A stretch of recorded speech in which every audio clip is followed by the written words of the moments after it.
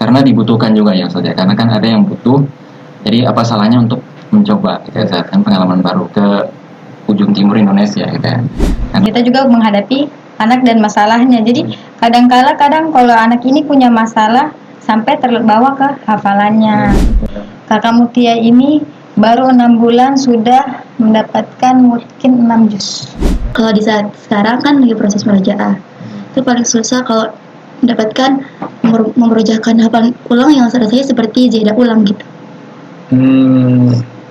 Jadi gigi berat murojaah.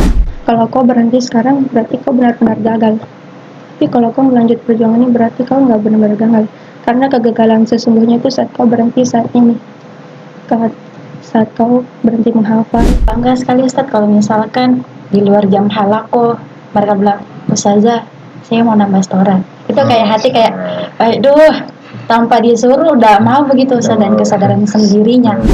Tantangan terberat yang bikin saya kadang susah menghafal Al-Quran itu pertama ngantuk. Ya, ngantuk.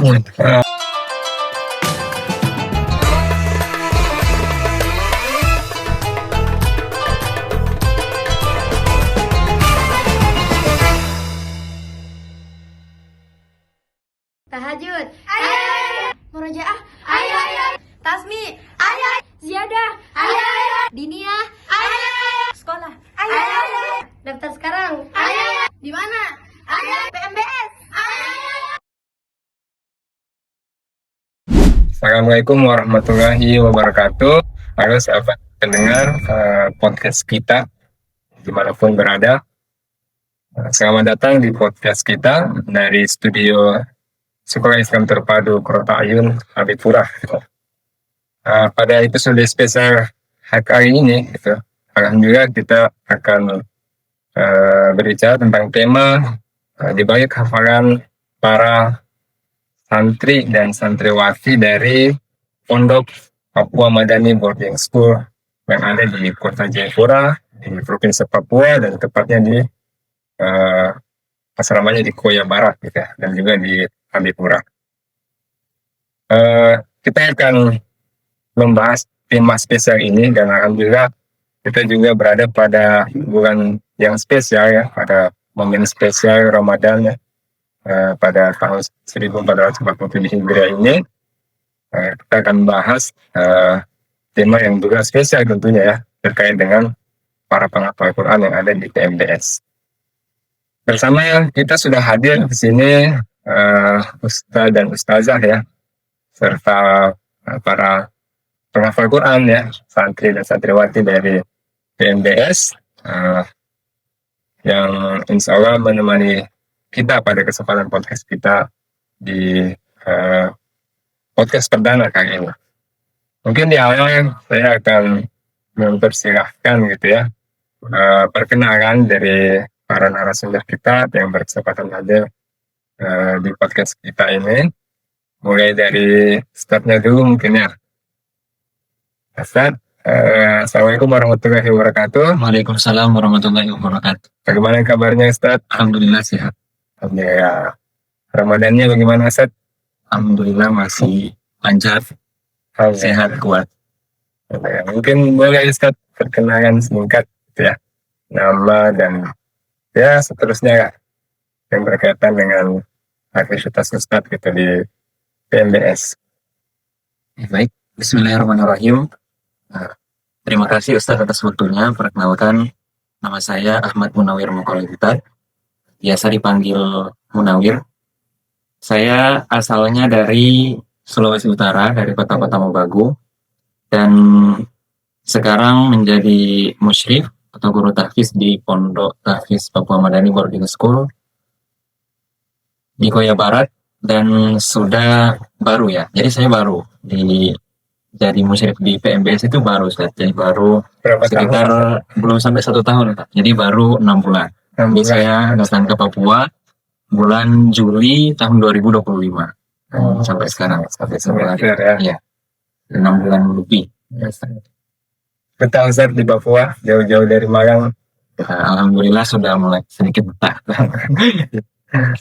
Ustaz di pondok sebagai pendamping Ya, sebagai pendamping penghafal Quran lah. Khusus pengajar Quran Ustaz ya. ya khusus pengajar, sebagai mustami ya, atau yang menyimak hafalannya santri, kemudian juga mengajar juga Ustaz. Jadi ada pelajaran. Jadi di pondok itu, jadi selain anak-anak menghafalkan Al-Quran, juga ada pembelajaran diniyah, pembelajaran agama. Jadi seperti ilmu fikih, ilmu tafsir, Hidayatul Awam, dan lain-lain. Jadi selain sebagai musyrif yang mendampingi santri selama 24 jam dari mereka bangun, tidur sampai tidur lagi, kemudian juga sebagai mustami, yaitu tadi menyimak, mendengar hafalannya santri, kemudian sebagai mu'alim juga, sebagai pengajar. Jadi mengajar santri pembelajaran. Pondok khusus yang santri ini di wilayah Koya Barat Ustaz ya. Iya, di Koya Barat. Saya sudah ke sana dan paham lah tempatnya itu cukup menantang gitu ya untuk masuk ke dalam, sekitar 2 kiloan dari jalan umumnya, jalan besar ya, dari jalan besar. Oke Ustaz, mungkin tahan dulu, kita beranjak ke Ustazah dulu ya untuk memperkenalkan diri singkat dari Ustazah Nisa dulu mungkin. Bismillahirrahmanirrahim. Assalamualaikum warahmatullahi wabarakatuh. Terima kasih Ustadz untuk waktunya. Perkenalkan, nama saya Nisa Ahsani, biasa dipanggil Ustazah Nisa. Saya sebagai pendamping dari guru tahfidz dan beberapa pelajaran diniyah seperti pelajaran fikih dan pelajaran Aqidatul Awam. Dan saya sebagai guru Quran untuk kelas tahfidz dari beberapa anak, yang salah satunya Ananda Mutia ini, yang alhamdulillah cepat dalam menghafal.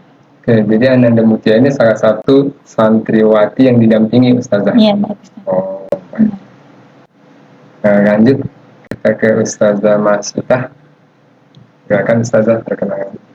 Baik, bismillahirrahmanirrahim. Terima kasih Ustaz atas waktu dan tempatnya. Perkenalkan, nama saya Masita Putri Amalia. Biasanya di lingkungan formal biasanya saya dipanggil Ustazah Masita atau Masita.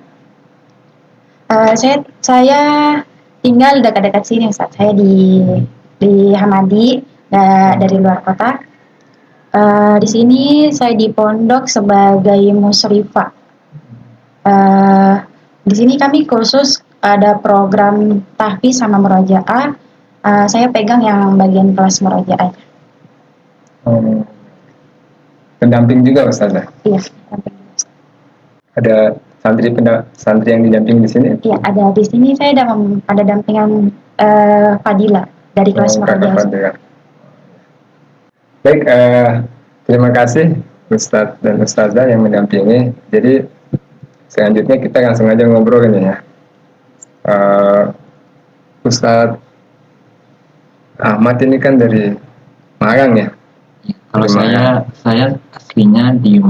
aslinya Sulawesi, tapi kuliahnya di Malang. Kuliahnya di Malang. Tapi kalau dari Papuanya itu sudah berangkat dari Malang ke Jayapura.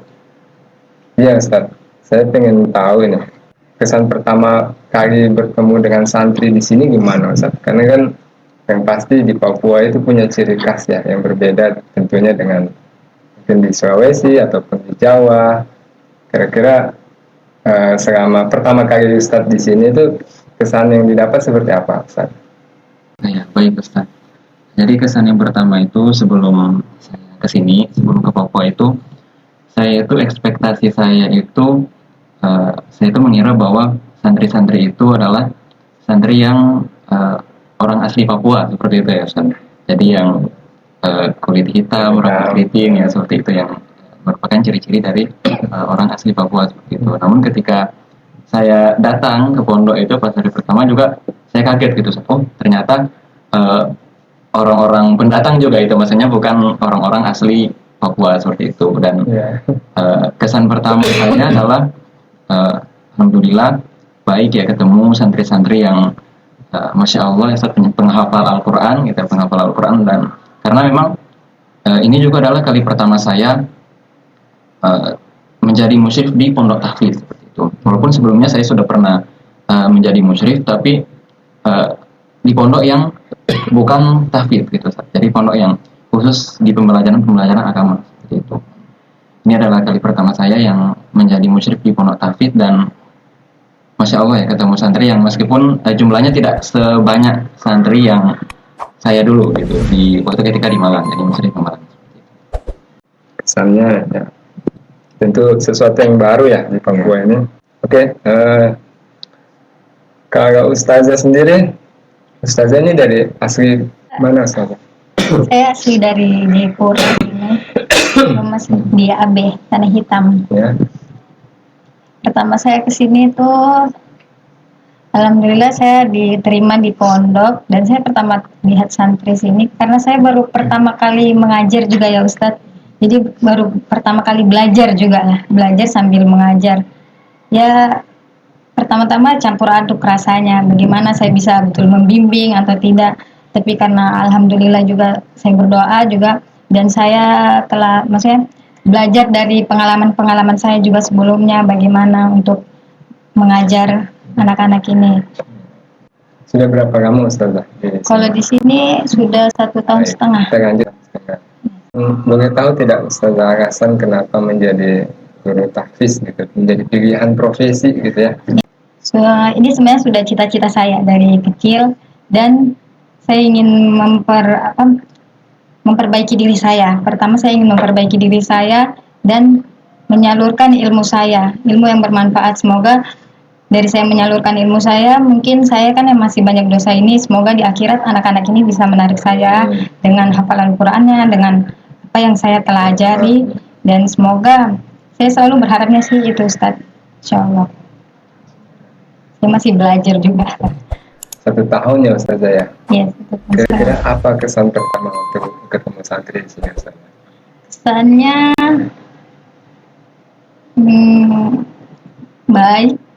baik sih, cuma gimana ya Ustadz, mungkin baru pertama kali ya, masih belajar juga, soalnya masih belajar.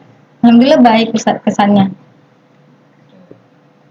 Baik ya, ini kan kelihatannya kan anak-anak santrinya juga kelihatannya dari wajah juga hanif-hanif. Iya insya Allah. Kalau image masyarakat kan pada umumnya tuh pesantren itu apa ya, tempat memperbaiki gitu. Oh tempat iya memperbaiki benar. biasanya tuh ya anak-anak yang mungkin di rumah dalam tanda kutip kurang mudah diatur, kemudian dikirim ke pondok tujuannya untuk itu. Tapi alhamdulillah kayaknya kalau di TMBS ini motivasi sendiri ya, motivasi sendiri untuk bisa ingin menjadi mendalami ilmu agama. Benar sekali. Benar. Baik, kita lanjut ke Ustazah Masita. Ustazah Masita, ini apa sih alasan Ustazah jadi menjalani profesi sebagai guru tahfiz gitu, atau guru di pondok gitu? Padahal ini kan Ustazah Masita ini kan kalau saya lihat basic pendidikannya tuh sarjana ya, sarjana kesehatan masyarakat gitu, padahal sarjana kesehatan masyarakat Masya Allah, tapi memilih profesi sebagai ini pengajar Quran gitu. Bisa diceritakan Ustaz? Baik Ustadz, saya tuh dari kecil punya cita-cita yang pengen jadi dokter atau bagian kesehatan gitu. Cuma dari awal saya masuk pondok SMP itu saya tertarik dengan menghafal Al-Quran. Tidak tahu kayak hatiku kayak tersentuh sekali untuk menghafal Al-Quran lebih dalam. Tapi saya inginkan itu 2 profesi itu saya miliki.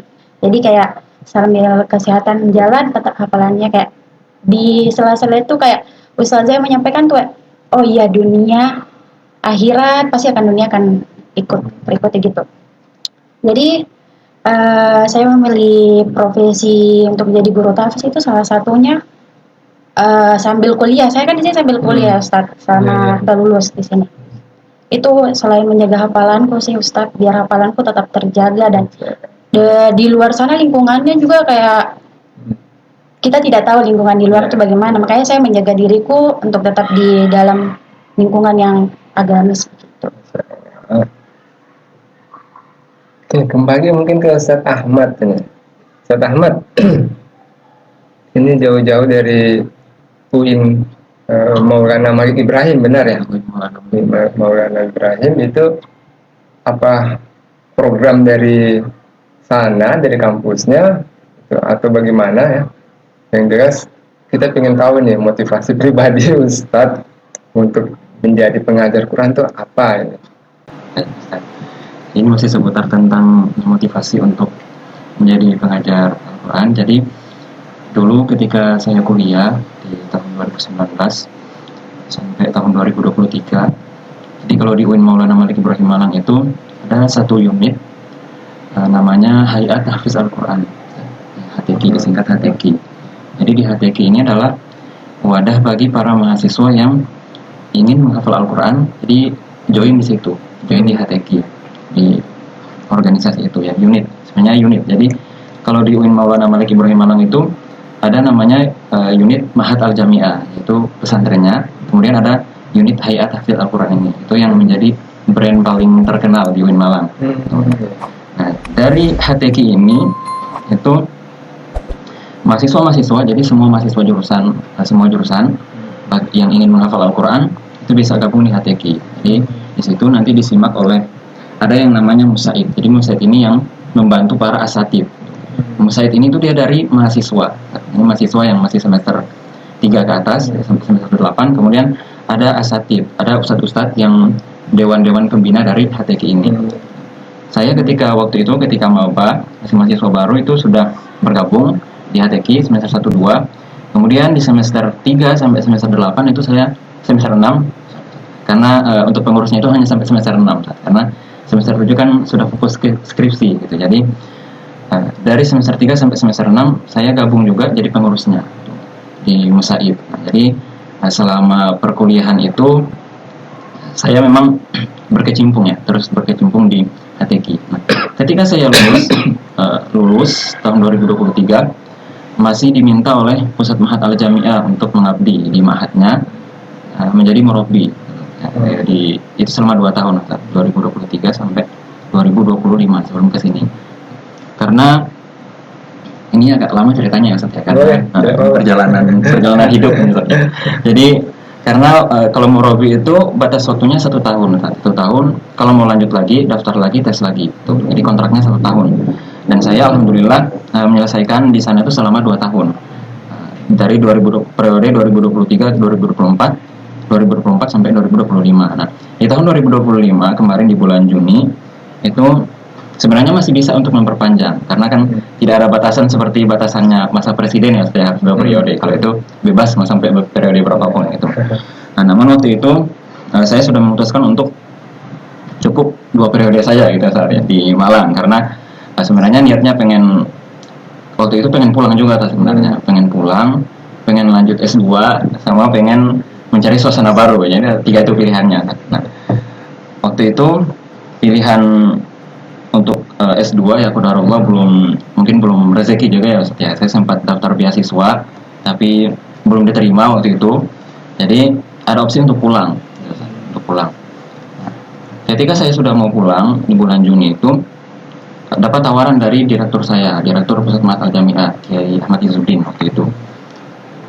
Beliau nanya gini, Ustadz Nawir, ini ada tawaran mau ke Papua gitu, katanya jadi musyrik di Papua. Mau nggak ke sana gitu, kata beliau gitu. Karena kan kebetulan waktu itu masa kepengurusan saya di Mahat itu di UIN Malang sudah selesai. Jadi kan kebetulan selesai, jadi ada yang mencari musyrik dari Papua, dan kebetulan ternyata Yayasan Al-Barakah ini sebelumnya sudah bekerja sama dengan UIN Maulana Malik Ibrahim Malang seperti itu Ustaz. Jadi katanya butuh satu orang musyrik gitu. Jadi saya bilang, oh bisa Ustaz, tapi saya tanya orang tua dulu diizinkan atau enggak gitu. Diizinkan atau tidak. Soalnya Papua. Iya, soalnya Papua. Karena kan biasanya kan orang-orang kalau tahu Papua itu yang lain-lain gitu ya Ustaz.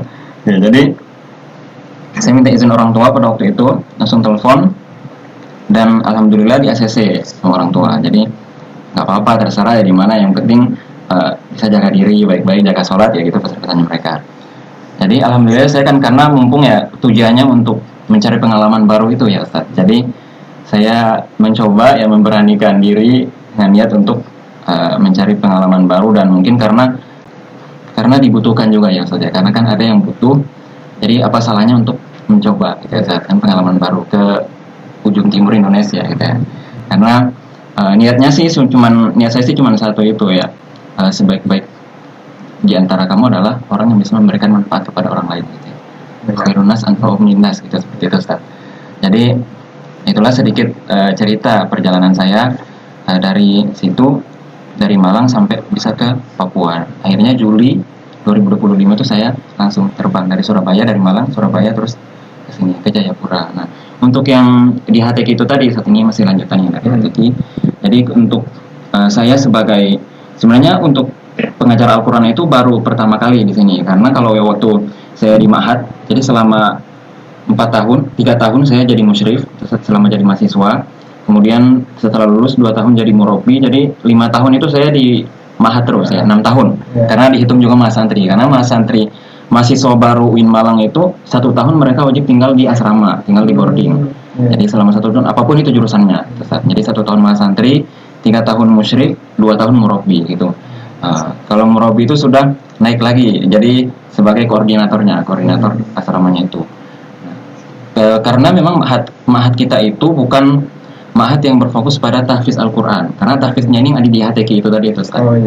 Tapi saya join di dua-duanya, di ma'had jadi pengurus, di HTQ juga jadi pengurus. Nah, di HTQ itu saya jadi musaid.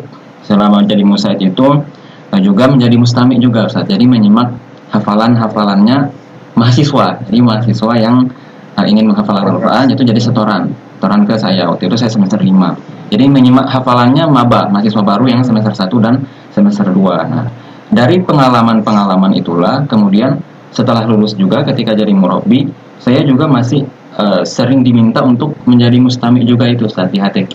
Jadi di HTQ itu mereka tiap liburan mahasiswa ya, liburan semester 1 itu ada namanya Asyahrul Qur'ani. Jadi karantina khusus untuk mahasiswa yang tidak pulang, itu kan liburan ya Ustaz. Jadi kalau mahasiswa itu kan liburannya 2 bulan lebih. Nah, yang tidak pulang itu ada namanya Syahrul Qur'ani selama sebulan itu dilaksanakan. Jadi yang melaksanakan itu HTQ ya Ustaz. Nah, di program di kegiatan Asyahrul Qur'ani ini itu saya juga masih diminta untuk menjadi mustami yang menyimak hafalan. Nah, dari situlah mendorong saya untuk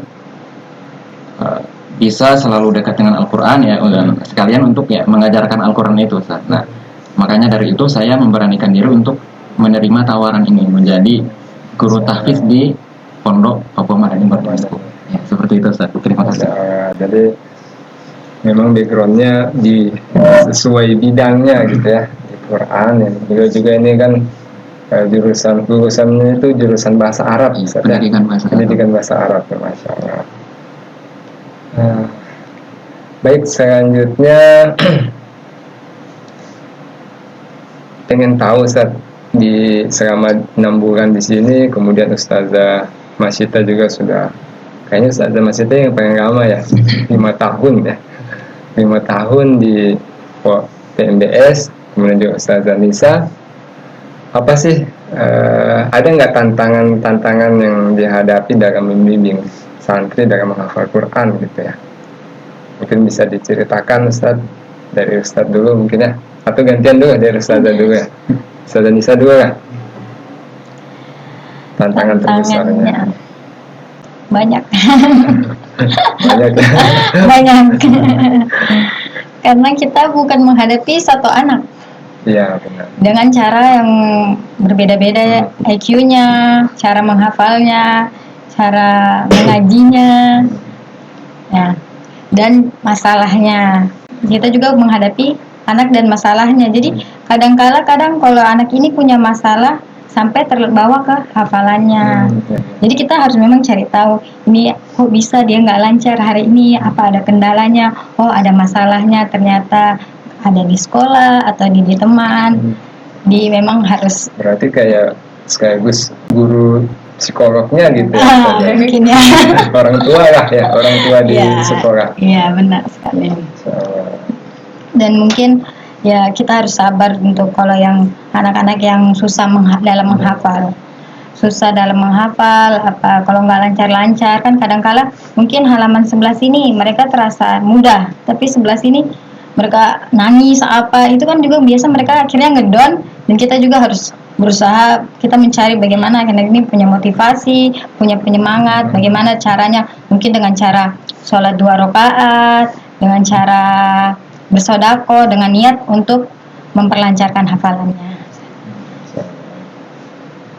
Kalau khusus bimbingannya sendiri Ustazah, ada tantangan yang Kalau- berat gitu dalam membimbing sampai saat ini ya? Karena yang setahu saya ini kan, ini yang hadir di sini Iya, baik. rata-rata kan sudah Ya. ziyadah 30 juz gitu ya. Hmm, Ziyadah 30 juz. Nah ini apa kira-kira tantangan selama membimbing? kalau tantangannya ini Mutia, Ustadz ini Mutia ini dia hafalan tercepat. Dia cepat dalam menghafal. Dia belum 30 juz, Ustadz, maaf. Tapi kakak Mutia ini baru 6 bulan sudah mendapatkan mungkin 6 juz. Masya Allah, 6 bulan? Iya, 6 bulan 6 juz dan alhamdulillah cepat. Itu sudah sama dia memperbaiki bacaannya. Sebelumnya tuh dia bersama Ustazah Husna sebelum ke saya. Cuman saya sudah melihat potensi dalam menghafalnya itu bagus anak ini. Cuman ya pasti di balik itu ada Nyonya dia nih anaknya masalahnya itu kadang ke bawah hati, gampang terbawa hati. Tantangannya Iya, tantangannya di situ. Kadang kalau hafalnya sudah enggak kadang saya nanya, kamu kenapa? Ada masalah sama teman? Ada bagaimana? Oh gini-gini. Nanti saya bantu bagaimana cari jalan keluarnya.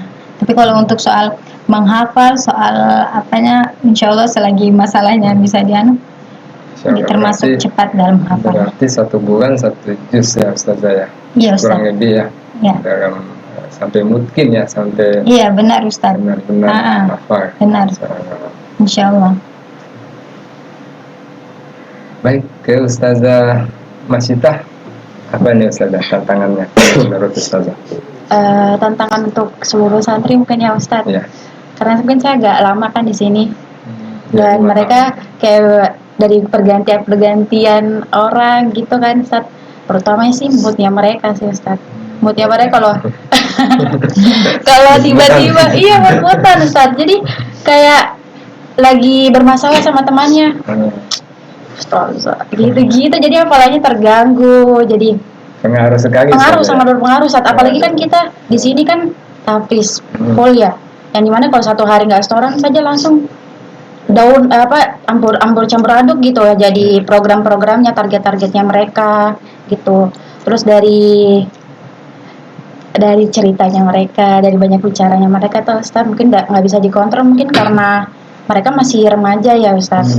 Jadi kalau kita tegur mereka lebih baik menghafal daripada cerita begitu, masih aja tetap cerita, masih aja tetap ngobrol padahal di jam halakonya mereka. Selain itu juga mereka nggak bisa membagi waktu, kurang kedisiplinan sih Ustaz. Ya mungkin kita sudah mentaati mereka punya waktu, cuma mereka kadang suka melenceng dari waktu itu. Jadi tantangannya memang, tapi bersyukur ya, karena saya lihat kayaknya tidak terpaut jauh secara usia ya. Ustaznya hanya muslimnya ya, ustaznya juga dengan santrinya gitu ya. Kalau zaman kami dulu kan waktu sekolah tuh, kalau ustaz di pondok itu kan kelihatannya memang sudah berbeda jauh ya secara usia. Tapi kalau di sini saya lihat kelihatannya ya tidak berbeda jauh ya. Jadi mungkin bisa lebih nyambung gitu ya. Iya, bisa secara nyambung. apa ya? Yang mengerti perasaannya gitu. Psikologisnya juga mungkin nyambung. Ya Ustazah, ini memang tadi kakak Mutia itu 7 tahun ya, 7 bulan ya, 6 bulan dapat mungkin 6 juz. Kemudian setahu saya yang kakak Rizky Fadilah, kemudian juga kakak Fadlan ini itu sudah ziyadah 30 juz. Alhamdulillah sudah ziyadah 30 juz. Dan selama dalam membimbing ataupun membina dan mengajarkan, ada nggak momen-momen yang mungkin bisa berbagi ke pemirsa, sesuatu yang bisa menginspirasi ketika membersamai mereka gitu Ustaz? Dari Ustaz Ahmad mungkin ya. Baik Ustaz, untuk pengalaman selama membimbing santri dulu ya, membimbing untuk keseluruhan. Nah sebenarnya ada bagi sebenarnya tantangan yang terbesar bagi penghafal Al-Quran itu sebenarnya mengatasi penyakit malas gitu. Jadi kalau malas otomatis targetnya tidak akan terpenuhi ya, hafalannya, murojaahnya kacau, rusak ya, dan sebagainya. Itu pasti dampaknya. Kalau dari saya sendiri sebenarnya di pondok itu kan sudah ada target gitu. Jadi target yang sudah kita tentukan. Jadi untuk kelas ziyadah ini dalam artian yang belum hafal 30 juz. Jadi ada terbagi 2 kelas. Jadi ada kelas ziyadah dan kelas murojaah. Nah, murojaah ini adalah yang mereka yang sudah hafal 30 juz, sudah ziyadah 30 juz dan tinggal memutkinkan hafalannya, menguatkan hafalannya itu. Jadi diulang lagi dari juz 1 sampai juz 30 gitu. Nah, kalau kakak Fadlian ini alhamdulillah dia sudah hafal 30 juz ziyadah. Dan mutkinnya sudah 7 juz ya. Alhamdulillah sekarang, dan kebetulan juga halakannya di saya, tutorannya di saya. Nah, sebenarnya tantangannya itu adalah salah satunya untuk mengantarkan mereka itu bisa mencapai target itu, target yang ditentukan oleh pondok. Meskipun memang terkadang anak-anak itu ada yang tidak mencapai target gitu, karena memang kemampuan orang itu kan berbeda-beda juga Ustaz ya. Ada yang hafalannya cepat, ada yang hafalannya lama. Kalau itu saya memaklumi seperti itu.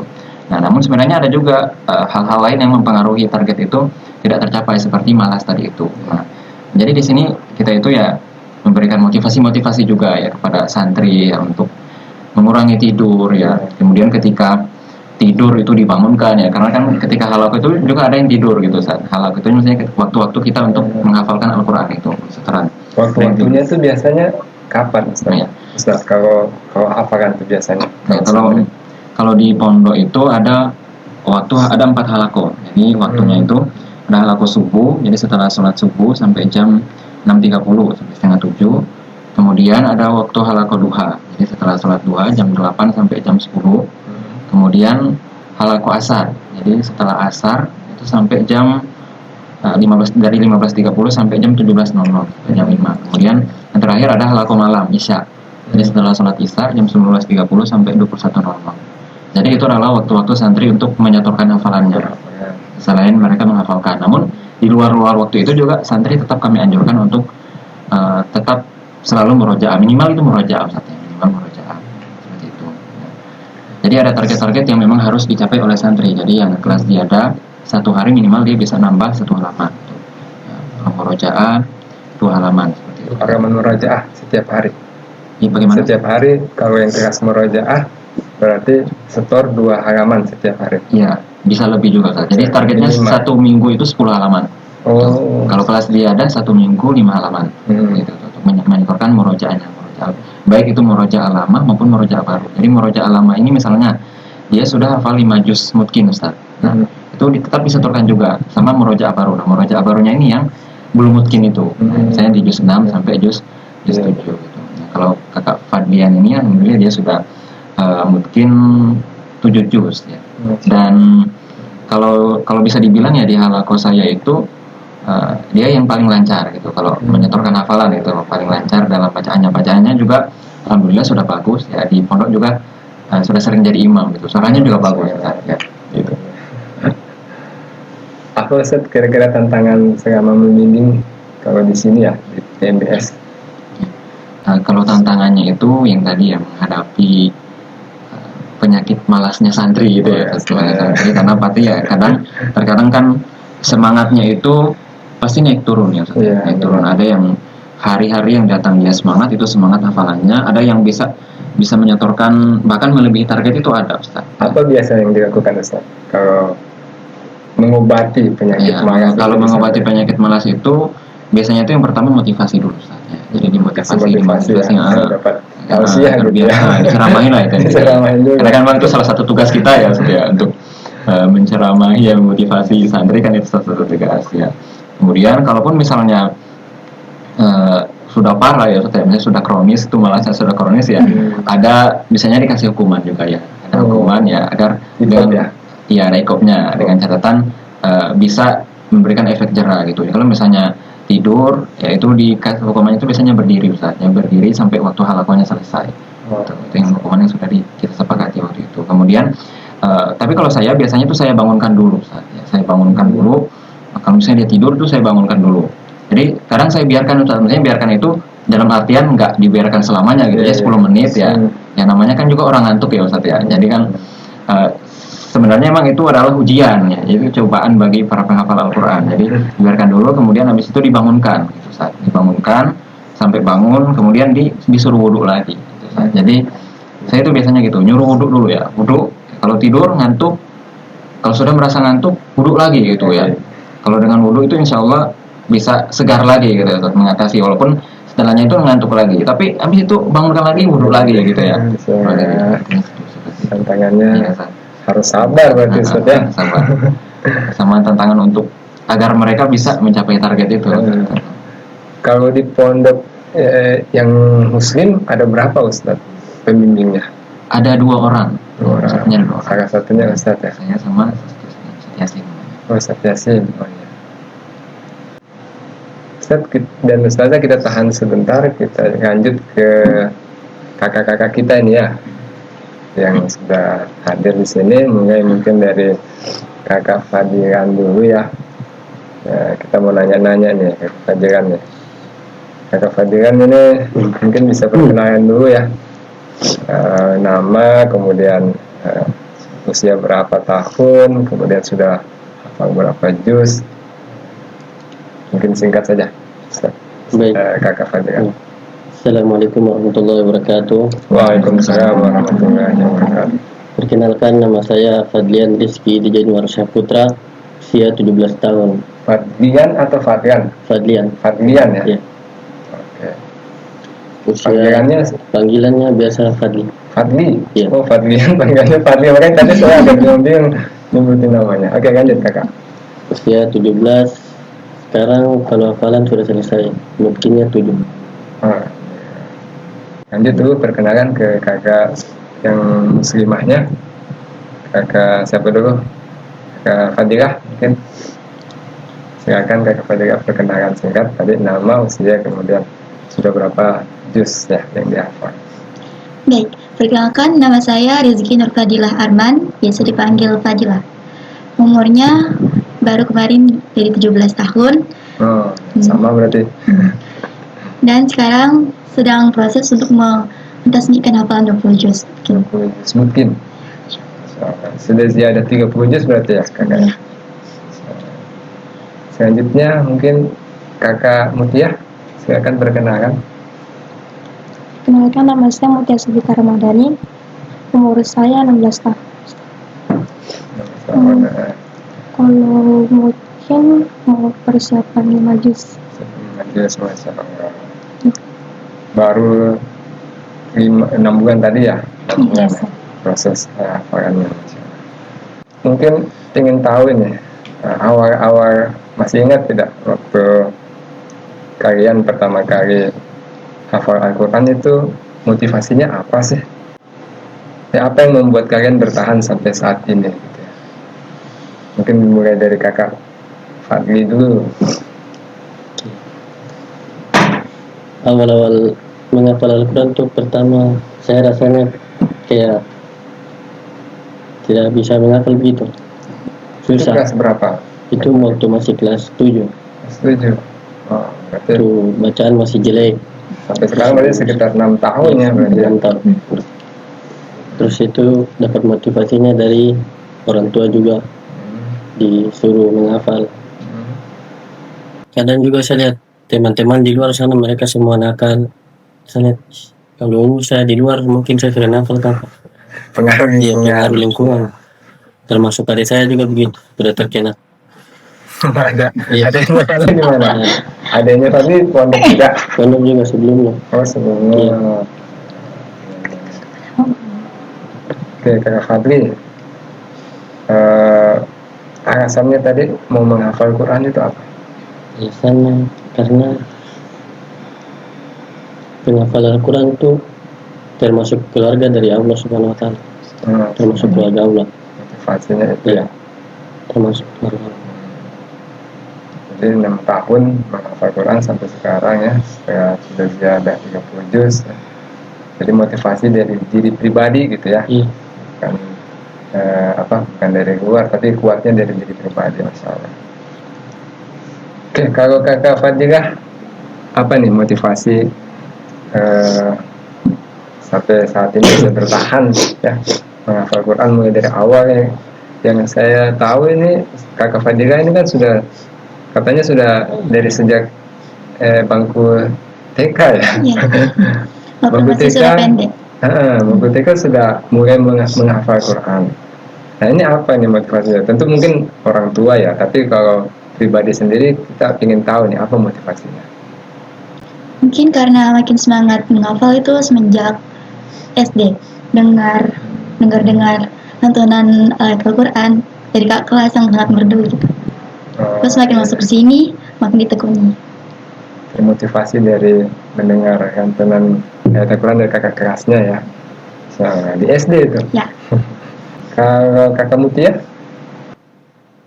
Kalau saya sejak masuk pertama semester itu ada rasa ingin menyerah. Menyerah. Iya, Pertama kali. Iya, menyerah karena rasa kayaknya nggak bisa deh menghafal karena kalau lupa kan nanti berdosa. Kayaknya putuskan sampai beberapa juz gitu. Di situ kayaknya saya sudah sadar kayaknya ada mindsetku salah. Ya, saya ada nonton beberapa video-video di Instagram, saya ada ketemu buku, saya ketemu terus saya tertarik untuk beli. Nah, saat saya baca buku itu ada kata-kata yang menampar saya dan relate sekali. Ada salah satunya dia bilang, tidak mengapa hafalan hilang, yang penting engkau tidak sengaja melupakannya. Sebenarnya Allah tuh lihat perjuangan bukan kecepatan. Sebenarnya kita terus membaca lagi. Soal hasilnya mungkin antara intinya itu Ustaz serahkan kepada Allah. Jadi ya cuma pikir ya udah kalau lulus nggak mau 30 ya udah nggak apa-apa. Tapi mudah-mudahan selesai ya kakak Mutia ya. Saya mungkin 30 juz kita doakan. Ya memang kalau menghafal Quran itu kata saya pernah dapat informasi dari salah satu ustaz, hafal Quran itu karena rahmat ya. Karena rahmat ya, kalau bukan karena rahmat ya mungkin tidak akan mampu gitu kita menghafalkan Al-Quran. Jadi patut disyukuri walaupun berapapun itu yang kita berhasil hafal, maka itu patut untuk kita syukuri. Ya, harapannya dengan syukur itu kita ditambahkan lagi hafalannya gitu ya. Ya, saat ingin berhenti di buku itu tertulis bilang kalau kau berhenti sekarang berarti kau benar-benar gagal. Tapi kalau kau melanjut perjuangan ini berarti kau nggak benar-benar gagal. Karena kegagalan sesungguhnya itu saat kau berhenti saat ini. Saat kau berhenti menghafal. Kadang orang yang berhenti karena takut hafalan hilang itu yang benar-benar gagal, Ustaz. Iya. Karena itu seperti menjauhkan diri dari Al-Quran. Iya. Dan mencari ketenangan. Mencari ketenangan ya kakak Mutia ya. Soalnya dengan hafal Quran berarti kakak Mutia sudah merasa. Jadi kalau berhenti berarti yang benar-benar gagal. Jadi berusaha saja. Jadi merujuk aja terus sampai mati. Entahlah mau dapat berapa. Ya kita sama-sama doakan. Dan istiqomah ya kakak Mutia dan kakak Fadli dan juga kakak Fadilah. Kalau tantangan terberatnya selama ini apa sih? Kakak ini kan yang sudah ziyadah 30 juz ya. Kalau kakak Mutia ini kan baru mulai tapi sudah alhamdulillah gitu ya hasilnya memuaskan gitu ya, dianggap tercepat. Kira-kira apa nih tantangan terberat saat menghafal Quran ini? Mulai dari kakak Fadli dulu. Tantangan terberat yang bikin saya kadang susah menghafal Al-Quran itu pertama ngantuk. Ngantuk? Ya ngantuk. Pasti ngantuk. Berarti harus banyak-banyak tidur kakak ini Fadli. Tidur biar tidak ngantuk. Terus yang kedua itu kadang capek juga. Capek? Iya. Capek menghafal atau karena capek ada aktivitas? Capek, misalnya kalau kita hafal juga itu tidak dapat. Oh. Jadi satu halaman itu kadang kita ulangi susah. Ulangnya susah gitu ya, susah teringat. Iya. Sering gitu. Sering. Tantangannya itu terus. Ya, tantangannya. Kira-kira menurut kakak Fadli itu apa? Sebabnya apa itu?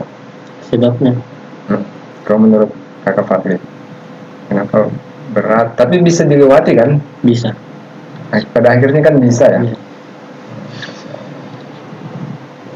Ada lagi tantangan yang biasa dihadapi? Kadang juga teman datang ajak bicara, ajak cerita. Oh, teman pondok, Iya, teman santri. lagi menghafal terus mati cerita. Oh, jadi fokusnya jadi buyar ya. Iya. Jadi ini perlu ruangan khusus berarti ya mungkin ya untuk kakak Fadli bisa fokus, tidak terganggu gitu ya. Jadi memang ada sih orang tipikal orang yang bisa fokus walaupun ya ada aktivitas lain di sekitarnya, tapi ada juga yang tidak bisa gitu. Ini beda-beda. Ya, mungkin kakak Fadli ini tipikal yang seperti itu. Ada lagi kakak Fadli tantangannya? Itu saja. Ini berat berarti ya tantangannya ya Mas sampai saat ini. Kurang lebih 6 tahun ya kakak Fadli ya sudah melakukan proses menghafal Quran saat ini. Oke, beranjak ke kakak Fadila dulu mungkin. Apa nih kakak Fadilanya tantangan terberatnya saat menghafal Quran? Seperti dia juga sudah pasti ngantuk. Ngantuk. Apalagi kalau subuh itu paling susah banget. Selain itu juga kalau di saat sekarang kan lagi proses murojaah, itu paling susah kalau mendapatkan memurojaahkan hafalan ulang yang rasanya seperti ziyadah ulang gitu. Jadi lebih berat murojaah kalau menurut kakak Fadilah daripada ziyadah. Soal ziyadah itu maksudnya nambah ya. Kalau murojaah berarti mengulang ya kakak. Apa lagi kira-kira tantangan beratnya?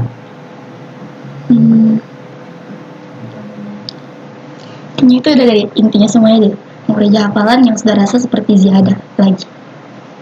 Cara biasa menghadapi tantangan itu apa biasanya yang dilakukan sama kakak Fadilah? Mengulang-ulangnya terus. Mengulang-ulang berarti apa ya? Dalam sholat atau kapan waktu mengulang dalam sholat.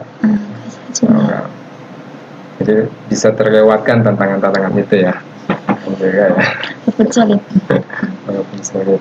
Memang tergantung tekad ya, kesungguhan. Saya pernah dengar juga itu kalau penghafal Quran itu pertama karena rahmat Allah, yang kedua itu karena gurunya, para pembimbingnya, yang ketiga itu karena kesungguhan dia sendiri gitu. Insyaallah. Baik, ke kakak Mutia, apa nih tantangan terberatnya saat menghafal Quran? Tantangan terberatnya itu rasa rindu Ini siapa? orang tua. Orang tua. Iya. Oh, insyaallah ya sih kan di pondok ya. Terus ada orang tua ya wajar lah ya ada perasaan itu. Malah sering pikiran kayak setiap saat pagi siang pikiran overthinking. Ini nggak wajar kalau sering menyendiri. Ya. Oke, itu tantangan-tantangan yang dihadapi ya. Ada lagi kakak Mutia? Tantangan yang dirasa berat gitu ya, yang dihadapi gitu, yang pernah dihadapi. Lingkungan baru, ini baru pertama kali sekolah, Ustaz. Oh, sebelumnya sekolahnya berarti bukan sekolah Islam? Sekolah biasa Islam, biasa cuma pulang bolak-balik. Sekolah umum? Iya. Oh, iya. Ya, itu tantangan luar biasa ya. Berarti masuk di pondok ini keinginan diri sendiri apa orang tuanya? Diri sendiri. Keinginan diri sendiri, Masya Allah.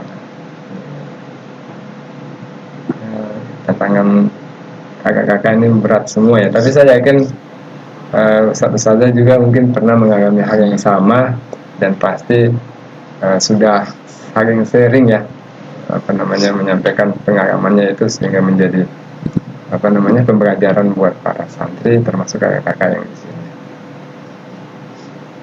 Selanjutnya apa sih kira-kira momen paling bahagia ya, selama menghafal Quran gitu. Ada nggak momen-momen yang paling bahagia saat menghafal Quran gitu? Kakak Fadli dulu. Kalau saya momen paling membahagiakan saat menghafal Quran itu pas sudah tasmi. Tasmi. Iya, selesai tasmi. Itu rasanya enak sekali. Lega dia ya. Lega sekali. Lega ya, Iya. karena sudah berhasil menyelesaikan setoran tasmidnya. Kalau Kakak Fadila? Sama, Sama. seperti itu juga.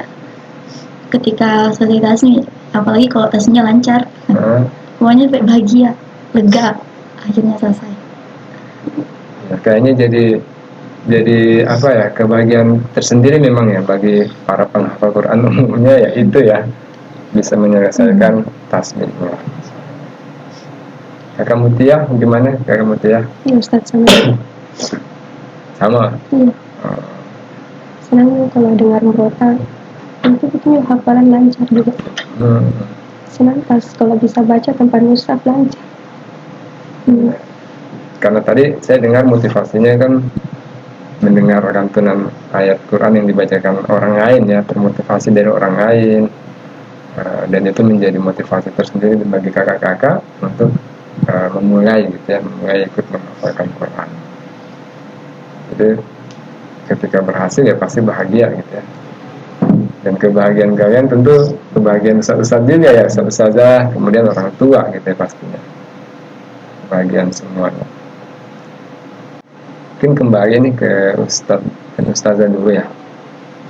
Menurut ustaz dan ustazah nih yang paling membuat bangga gitu ya dari santri dan santriwati yang dibimbing gitu ya selama ini, apa ini yang kira-kira menurut Ustaz ini sesuatu yang ini bisa menjadi sesuatu yang membanggakan gitu. Iya, Ustaz Ahmad. Baik, Ustaz, kalau menurut saya adalah sesuatu yang membanggakan dari santri itu ketika dia mampu menyetorkan hafalan Qur'annya dengan lancar. Yang pertama, dia bisa menyetorkan hafalan Al-Qur'annya dengan lancar, kemudian bisa mencapai target. Mencapai target itu sudah merupakan sesuatu yang membanggakan ya menurut saya, Ustaz. Kemudian apalagi yang bisa sampai melampaui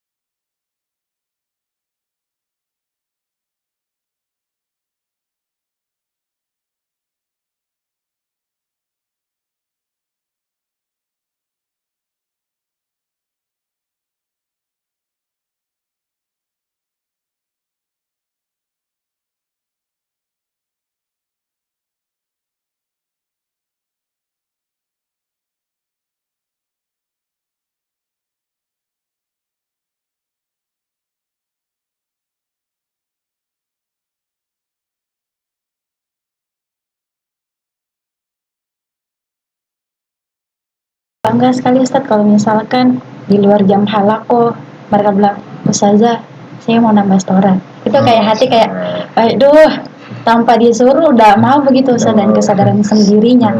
Kayak ya Allah, akhirnya mereka punya hati terbuka tanpa disuruh-suruh, karena mungkin masa dari awal kelas 7 mungkin harus digenjor-genjor ya sekali untuk ngapal ya Ustadz. Akhirnya mereka pas naik tingkat, akhirnya mereka bisa berpikir secara dewasa. Oh ternyata masuk dan tujuanku sekolah di sini untuk apa? Itu salah satunya Ustadz. Sangat saya bangga sama itu. Terus selain itu mereka bisa mencapai target, kadang bisa melebihi itu, apalagi Fadila ya Ustadz. Dia itu kalau tidak mencapai target harus kayak punya tekad yang kuat gitu.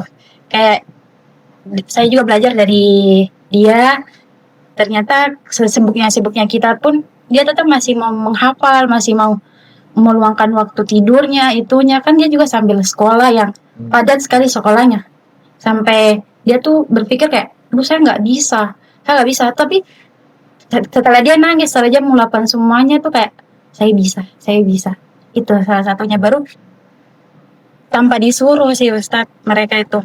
Sekolah itu maksudnya selain di pondok? Iya, mereka ada sekolah reguler juga. Oh, ikut sekolah reguler. Iya. Ya. Dan itu mereka harus bagi waktu Ustadz antara tahfiz sama sekolah. Jadi mereka juga tetap seperti biasa. Jadi kayak, saya nggak bisa Ustadz, saya nggak bisa. Bisa, dicoba dulu. Ternyata bisa. Ya, Ustazah Nisa gimana Ustazah? Baik Ustadz, sama ya sama Ustadz Munawir dan Ustadz Ahmad kita. Maju kalau setorannya lancar, kalau 1 juz tanpa salah, tasmi 1 juz tanpa salah, atau 5 juz 1 kali duduk bil ghaib. Itu biasa kan kita hitung salahnya. Apalagi kalau saya targetkan biasa 1 juz salah itu, maksudnya kayak nggak ada salah, kalau bisa nggak ada salah. Nah biasa kalau sampai nggak ada salah itu saya bangga sekali. Apalagi kalau mereka mengaji, kan mereka nih padat Ustadz, sekolah, dinia. Nah, belum lagi menghafal murojaah, belum lagi menghafal ziyadah. Tiba-tiba saya lihat teman-temannya lagi main atau apa. Saya lihat Ananda ini atau ada beberapa santri yang lain, saya ketemu mereka ada yang menyendiri di taman, tapi mengaji.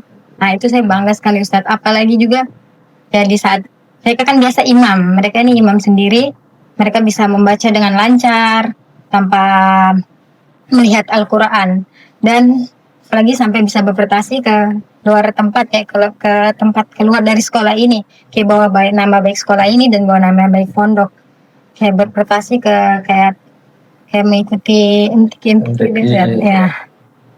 Ada ya? Alhamdulillah iya ada, saya pernah pengen.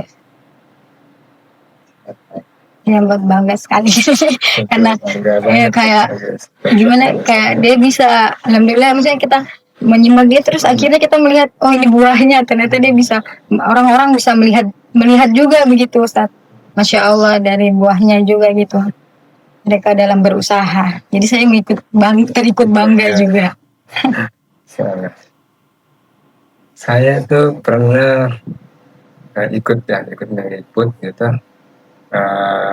proses setoran hafalan ke ketua yayasan ya. Nah, ketua yayasan Al-Barakah ini kan namanya Haji Madu Mago ya. Nanti ada videonya, saya sempat ini.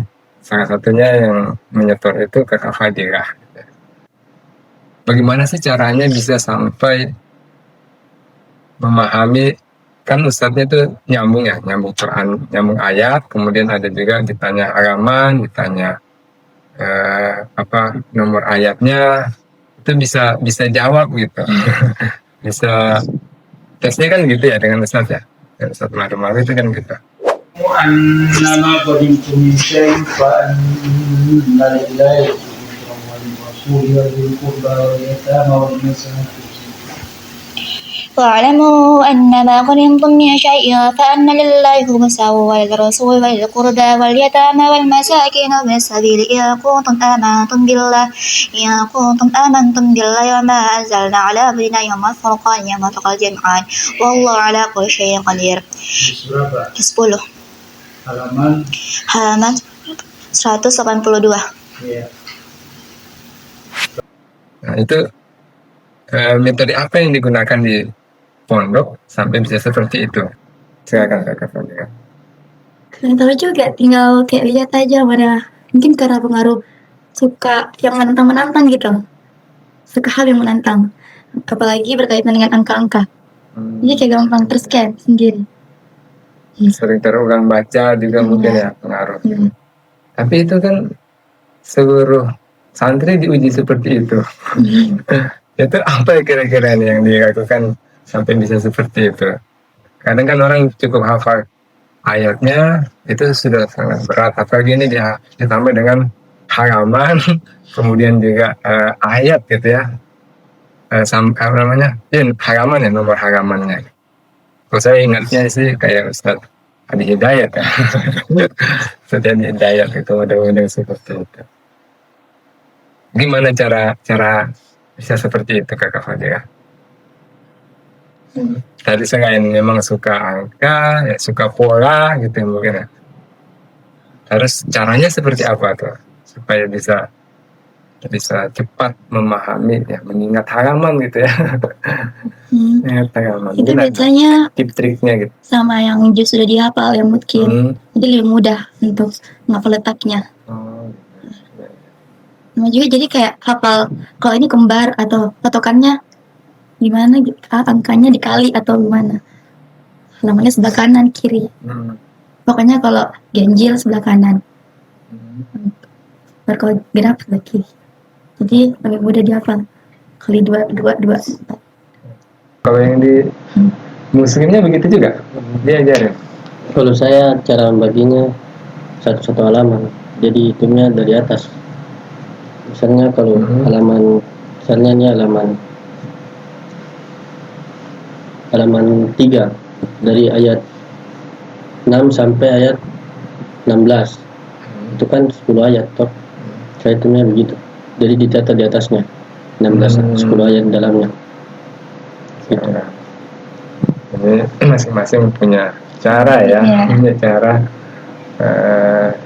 yang punya tujuan sama gitu ya. Artinya bisa menghafalkan Al-Qur'annya, kemudian juga sampai mengingat gitu ya posisi ya, nomor halaman ya, serta ya, nyambung ya dengan ayat-ayat yang kalau misalkan disuruh nyambung gitu, nyambung dengan mudah. Saya juga pengen tahu nih dari kakak-kakak santri, kalau menurut pendapat kalian ya, apa yang paling diingat ya, atau mungkin metode yang paling disenangi gitu ya dalam menghafal Quran di PMBS? Kakak yang mungkin yang pernah diajarin juga ya sama Ustadz atau Ustazah ya, pengalaman, dan itu menjadi sesuatu yang favorit gitu ya, menjadi andalan untuk kalian melakukan proses hafalan. Mungkin dari kakak Fadli kalau ada mungkin bisa disampaikan. Ada nggak?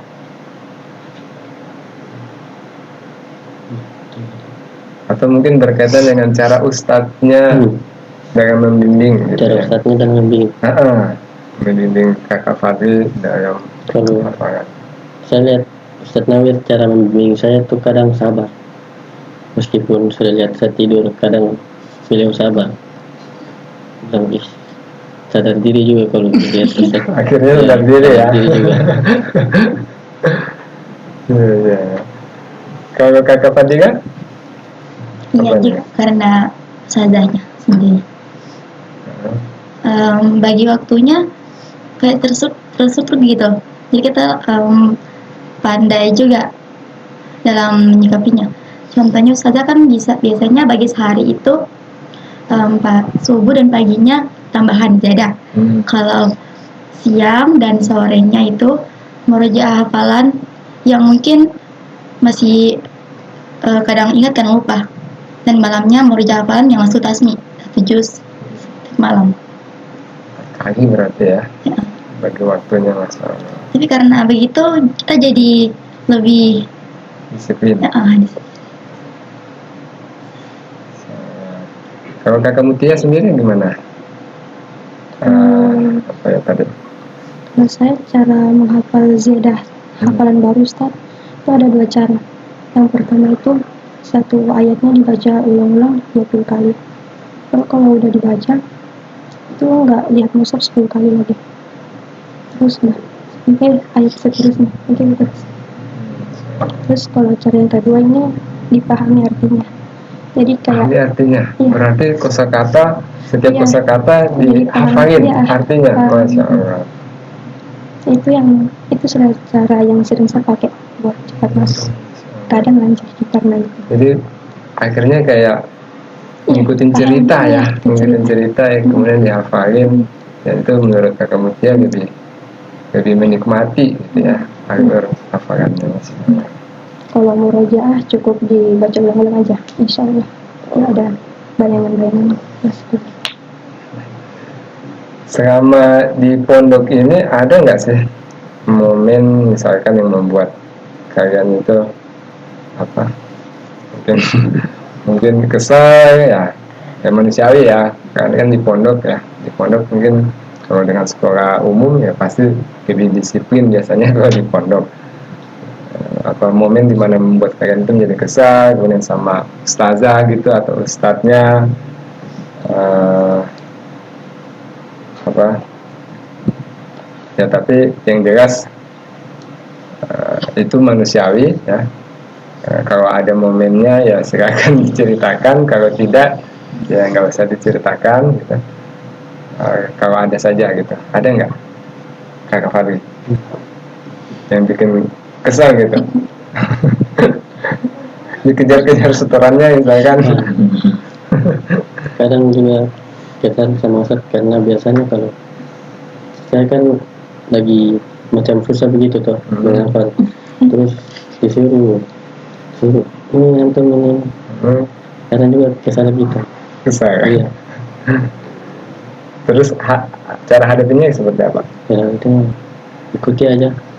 Gitu ya. Iya. Ya bagaimanapun Ya bagaimana guru itu ya, kan perintah. ya Ustaz, Itu juga pengganti tugasnya orang tua kita ya. sebagai penghafal. Nah, pasti ada saja perasaan gitu. Kita dengan orang tua sendiri saja pernah merasakan itu. Kalau kakak-kakak Fadila maupun kakak Mutia pernah mengalami hal yang sama? Atau nggak pernah kesal ini kayaknya ya? Ridho sepenuhnya dengan perintah, dan kalau ada hukumannya terima dengan sepenuh hati gitu. Nggak ada ya? Oke. Kalau menurut kalian peran ustadz maupun ustazah di pondok itu bagi hafalan kalian itu seperti apa? Kakak Fadila.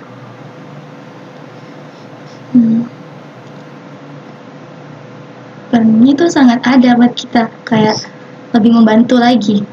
Selain diri sendiri, dari orang tua, yang semangatin, ada ustazah yang bikin tambah semangat gitu, atau lebih Termotivasi. Iya. Andai misalkan hafal sendiri mampu nggak? Tidak ya. Kakak Mutia? Sama kayak Fadila. Memang merasa tetap butuh sekali ya adanya pendamping, adanya ustazah ataupun ustadz. Kadang kalau lagi futur ustazah cerita. Jadi teman curhat gitu ya, Iya. teman cerita. Sama ya Kakak Fadil. Kalau saya kadang juga perannya Ustadz Nawir, kadang kalau misalnya tidak ada Ustadz Nawir juga saya masih belum juz 7 Pak. Belum yakin juz 7, masih di bawah-bawahnya lagi. Karena sudah setengah mati kan. Setengah mati Iya. kalau sendiri ya. Ya. Ya bisa dibayangkan ya. Baik, apa nih mimpi kalian ini sebagai penghafal Quran? Mimpi terbesarnya apa ini kira-kira? Boleh diceritakan tidak? Ya Kakak Fadli dulu boleh. Mimpi terbesar saya sebagai penghafal Al-Quran itu yang pertama ingin memakai kain mahkota untuk orang tua nanti. Masya Allah. Amin. Yang kedua untuk bisa jadi imam masjid. Imam masjid. Terus Ada lagi? itu aja. Masya Allah. Kalau kakak Fadilah, ada apa nih mimpi besarnya nih sebagai penghafal Quran? Yang sama sudah pasti ingin masukkan kedua orang tua ke dalam surga dan memberikan kita juga. Dan menarik 10 keluarga lainnya. Yang kedua, selain itu ingin menjadikan juga menghafal Quran sebagai jenjang untuk kita bisa masuk universitas lebih mudah, apalagi mau ke Timur Tengah. Oh, cita-citanya mau sekolah di Timur Tengah. Al-Azhar berarti. Bisa jadi. Amin, kita aminkan ya sama-sama. Al-Azhar itu kan impian biasanya para santri ya di Indonesia. Saya ngikutin jejaknya Ustadz Arifur. Ada lagi mimpi besarnya selain itu? Kakak Mutia, apa nih? Dari sekolah umum kemudian pindah ke pondok menjadi penghafal Quran, ini cita-cita besarnya apa nih kira-kira? Mimpi terbesar saya sebagai penghafal Quran pertama, ya ingin memberikan kedua orang tua juga mahkota. Terus yang kedua, pengen cuman apa ya? Cuman pegang murojaah aja terus gak mau apa-apa. Dengan Al-Quran terus ya. Ya, jadi soal apapun gitu ya udah terserah Allah. Nggak masalah. Oke, fenomena anak-anak sekarang dengan HP, tapi ada ternyata masih yang ingin bersama terus dengan Al-Quran. Saya juga pernah mendapati anak TK itu tidak mau jauh dari Al-Quran. Dia pegang HP, tapi HP-nya semuanya aplikasi Quran, Ustaz. Waktu di Semarang, jadi saya di Semarang ya. Bahkan sampai tidur dia itu megangnya itu. Kalau nggak Al-Quran ya aplikasi Al-Quran. Itu ada TK. Rangka kalau menurut saya. Jadi ini semua tentu rahmat dari Allah. Terakhir mungkin pertanyaan untuk kakak-kakak, apa ini yang ingin disampaikan kalau misalkan pada podcast kita ini orang tua kalian melihat gitu ya, apa yang ingin disampaikan ke orang tua? Dari kakak Fadli dulu. Untuk orang tua, mudah-mudahan sehat selalu di rumah. Mudah-mudahan bisa doakan saya juga di pondok biar bisa menghafal dengan cepat, biar bisa mungkin juga. Kakak Fadila, apa yang mau disampaikan ke orang tua kalau seandainya orang tua lagi nonton? Untuk orang tua saya sendiri, terima kasih sebanyak-banyaknya karena telah mensupport saya dari awal, nggak pernah berhenti, nggak pernah kayak tekan harus bisa, tapi tetap mendukung terus. Juga makasih atas doa-doanya semua. Insya Allah Fadila bisa buktikan yang terbaik. Itu aja. Untuk kakak Mutia, ada yang mau disampaikan? Untuk mama dan bapak, maafkan Mutia belum bisa kasih yang terbaik. Mutia udah berusaha semampu mungkin. Kadang maaf kalau bikin mama kesal, bapak jengkel. Jadi kadang kalau di pondok emang mungkin kalau bikin kalian juga rindu. Mutia juga berjuang kok di sini. Berusaha untuk jadi lebih mandiri lagi. Ya, bisa kan orang tua nggak selamanya juga di dunia ini. Kita harus mandiri tanpa perlu bergantung sama yang lain kecuali Allah saja.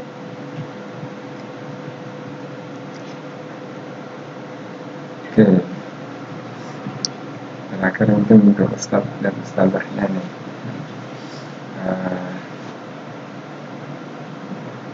Mungkin meminta doa khusus ya dari Ustaz dan Ustazahnya untuk kakak-kakak yang sedang berjuang ini, yang sedang berusaha menjadi penghafal Quran.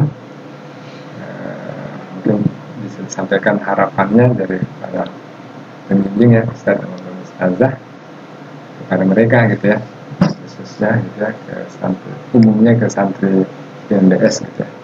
Silakan mungkin ke Ustaz Nawir dulu.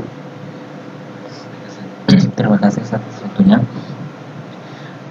Untuk dari saya, untuk pesan dari saya kepada seluruh penghafal Al-Quran, khususnya santri Papua Madani Boarding School,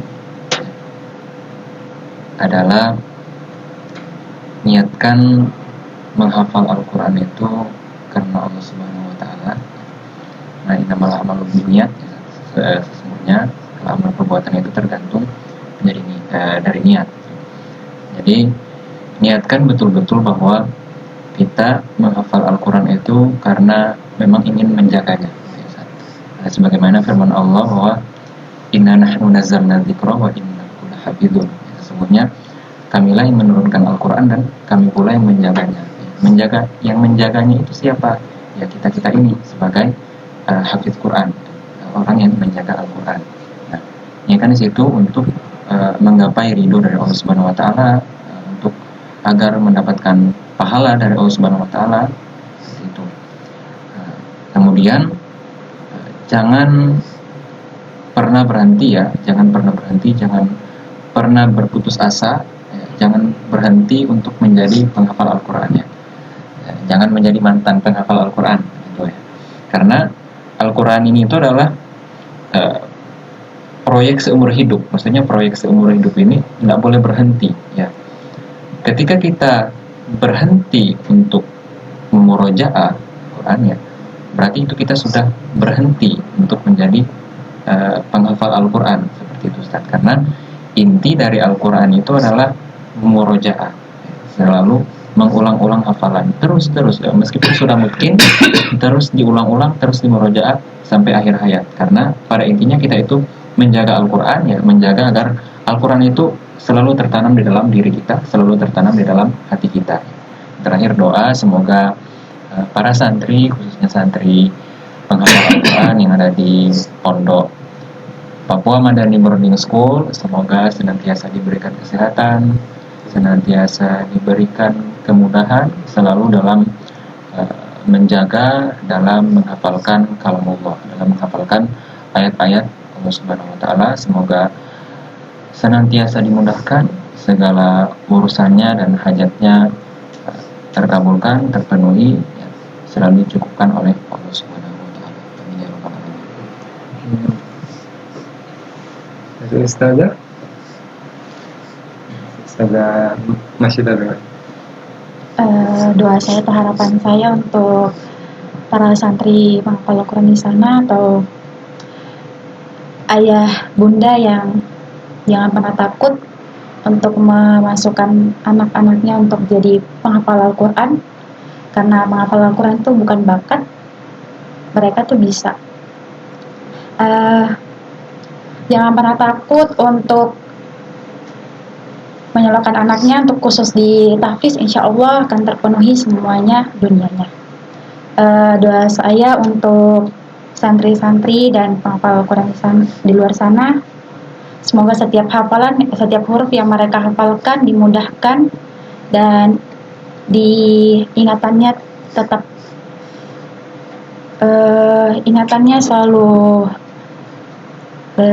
berbekas, kemudian dia punya hafalan tetap diistiqomahkan dalam menjaga kalamullah dan menghafal Al-Quran bukan ajang untuk perlombaan, dan semoga dilembutkan hatinya, diindahkan akhlaknya. Terakhir Ustazah Nisa. Ustaz, ini pesan dan doa dari saya untuk penghafal Al-Quran di luar sana dan khusus untuk santri PMBS. Kita jangan lupa, pertama-tama niat, kedua kita jangan putus asa, ketiga kita berdoa, karena kita tidak tahu kedepannya kita seperti apa. Kita selalu berdoa, semoga apa yang kita hafal, apa yang kita dapat ajarkan kepada yang lain, kita dapat mati dalam keadaan menjadi penghafal atau pengajar Quran. Kita selalu niatkan dalam seumur hidup kita seperti itu, karena semoga ya, untuk anak-anak saya yang sudah saya ajari dan untuk yang di luar sana yang sudah menghafal Al-Quran, semoga apa yang dihafal dan apa yang dibaca menjadi penolong di akhirat, menjadi bantuan, kita bisa mengangkat derajat orang tua dan orang-orang terdekat kita di akhirat, karena dunia ini kan cuma sebentar. Jadi kita usahakan bagaimana kita tuh bisa menghafal Al-Quran di hidup kita yang sekali ini. Kita walaupun sesusah bagaimanapun, kita terus niat sampai mati bagaimana kita akan menjadi penghafal dan pengajar Al-Quran. Insyaallah Ustaz, itu dari saya. Jazakallah, jazakallah khairan ya, ada Ustaz dan Ustazah gitu yang atas doa dan harapannya tentunya. Mudah-mudahan menghafal Quran ini kan bukan soal cepat-cepatan, bukan soal tadi hebat-hebatan, tapi ini soal sampai akhir hayat ya saja ya. Aku belajar Quran dan menghafalkannya sampai akhir hayat kita. Semoga kita diberi kekuatan tadi itu, istiqomah. Baik, Masya Allah, pada episode perdana podcast kita ini mudah-mudahan bisa memberikan banyak ibrah, banyak cerita inspirasi buat para pendengar podcast kita. Terima kasih ya kepada Ustaz dan Ustazah yang sudah meluangkan waktunya ya, berbagi keteladanan dan pengalamannya, serta juga kakak-kakak santri ya, dari PMBS yang juga sudah berbagi sharing ya pengalaman dan pengorbanannya selama di pondok. Semoga bisa menjadi cerita inspirasi dan motivasi buat kita semua. Semoga diberi kekuatan, istiqomah, keteguhan hati untuk terus belajar, dan semoga kita menjadi bagian dari barisan para ahli Quran ya. Dari saya, Firdaus sebagai host podcast kita, mohon undur diri, mohon maaf jika ada kesalahan. Kita tutup dengan doa kafaratul majelis. Assalamualaikum warahmatullahi wabarakatuh. Waalaikumsalam warahmatullahi wabarakatuh.